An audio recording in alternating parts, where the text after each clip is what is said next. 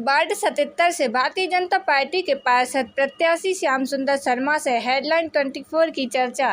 से श्याम सुंदर शर्मा पर भारतीय जनता पार्टी ने विश्वास जताया है। हम आपको बता दिए कर्मचारी नेता है और पूरे भोपाल की हम बात करें तो किसी भी पार्टी ने कर्मचारी नेता तजुर्बा नहीं दी, सिर्फ भारतीय जनता पार्टी ने मौका दिया है। इससे कर्मचारी संगठनों पर भाई खुशी का माहौल देखने को मिल रहा है और समस्त कर्मचारी भारतीय जनता पार्टी को जिताने की होड़ में लगे हुए। आइए हम बात करते हैं किस प्रकार आपका चुनाव प्रचार चल रहा है। सर आपका स्वागत है। नमस्कार, आपकी चैनल के माध्यम से आप सभी आपको और आपकी चैनल को बहुत बहुत धन्यवाद। प्रचार में किसी प्रकार की कोई कमी नहीं है। मेरा पूरा परिवार लगा है, क्षेत्र की पूरी जनता लगी है, पालक, संयोजक, पन्ना प्रभारी आदि सब लोग लगे हैं। घर घर जा रहे हैं, घर घर अलग जगह रहे हैं। इसके साथ साथ पूरे प्रदेश के जो क्या है कि मैं अनुबंधित बस अनर्स एसोसिएशन का अध्यक्ष भी रहा, बस ऑपरेटर है, वो सब सहयोग कर रहे हैं, कर्मचारी सहयोग कर रहे हैं, निगम मंडल के कर्मचारी सहयोग कर रहे हैं। इस प्रकार पूरे क्षेत्र में मेरा सबका समर्थन है और सबका सहयोग प्राप्त हो रहा है। हम आपको राजनीतिक समाज से भी ज़्यादा कहेंगे। निश्चित रूप से मेरी राजनीतिक कोई उद्देश्य नहीं रहा।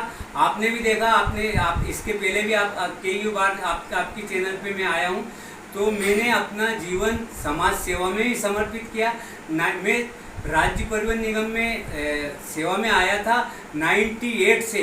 जब मैंने राज्य परिवहन निगम के कर्मचारियों की दशा और उनके अधिकारों का हनन होते देखा तो मेरे मन में पीड़ा जागी और तभी से लेकर आज तक निरंतर सेवानिवृत्त होने तक मैं कर्मचारियों के बीच में रहा और कर्मचारियों के अधिकारों को दिलाने के लिए ऐसा देश का कोई मंच नहीं रहा जहाँ पर मैंने अपनी आवाज़ नहीं उठाई।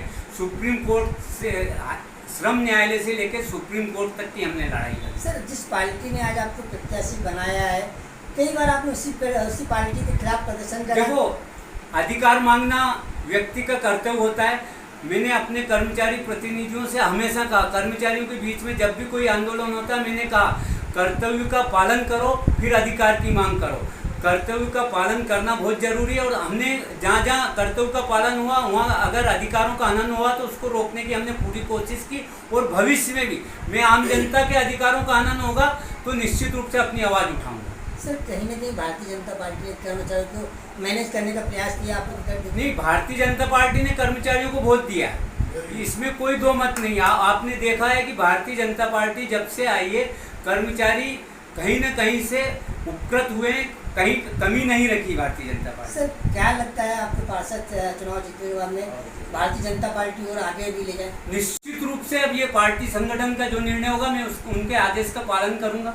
सर, आप जनता के किस प्रकार आपको रुझान मिल रहा है? देखो, जनता के बेहतरीन रुझान मिल रहा है और मैं जनता से एक अपील करता हूँ।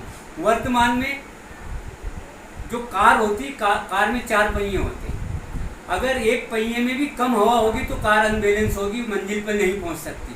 वर्तमान में देश में केंद्र में मोदी जी की सरकार है, प्रदेश में शिवराज जी की सरकार है, नरेला विधानसभा जो है वहाँ विश्वास सारंग जी मंत्री भी हैं, विधायक होने के बाद मंत्री भी, वो भी सशक्त हैं, शिवराज जी सशक्त हैं, मोदी जी सशक्त हैं। अगर इस क्षेत्र की जनता पार्षद बनाती है तो निश्चित रूप से कार विकास विकास विकास के चारों पहिए दौड़ेंगे और कार अपनी मंजिल पे पहुंचेगी। सर, नरेला विधानसभा के जो विधायक जी है निरंतर विकास कार्य कर रहे हैं, उसका फायदा भी आपको नहीं? निश्चित रूप से उन्हीं के कारण ये सब कुछ हो रहा है। नरेला में ऐसी कोई आपको देखेंगे तो छोटी मोटी समस्या मिल सकती है, लेकिन विकास के नाम पे आप पूरे भोपाल की विधानसभाओं को देखेंगे। मैं विरोध नहीं कर रहा हूँ, लेकिन कहीं 19 है तो लेकिन नरेला विधानसभा 20 है। नरेला विधानसभा पूरे प्रदेश में बेहतर विधानसभा है, ये मुख्यमंत्री जी अपने भाषणों में कह चुके हैं।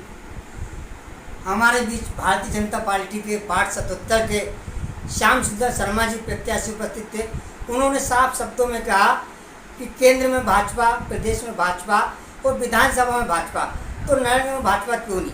अगर नरेंद्र में भाजपा बनाती है तो वास्तव में भोपाल में विकास के 4 चांद लगेंगे और मुझे पूर्ण उम्मीद है कि यहाँ की जनता समझदार है, वो समझती है और आने वाले 6 तारीख को मतदान में भारतीय जनता पार्टी को जिताकर अपनी काबिलियत का वो परिचय देगी।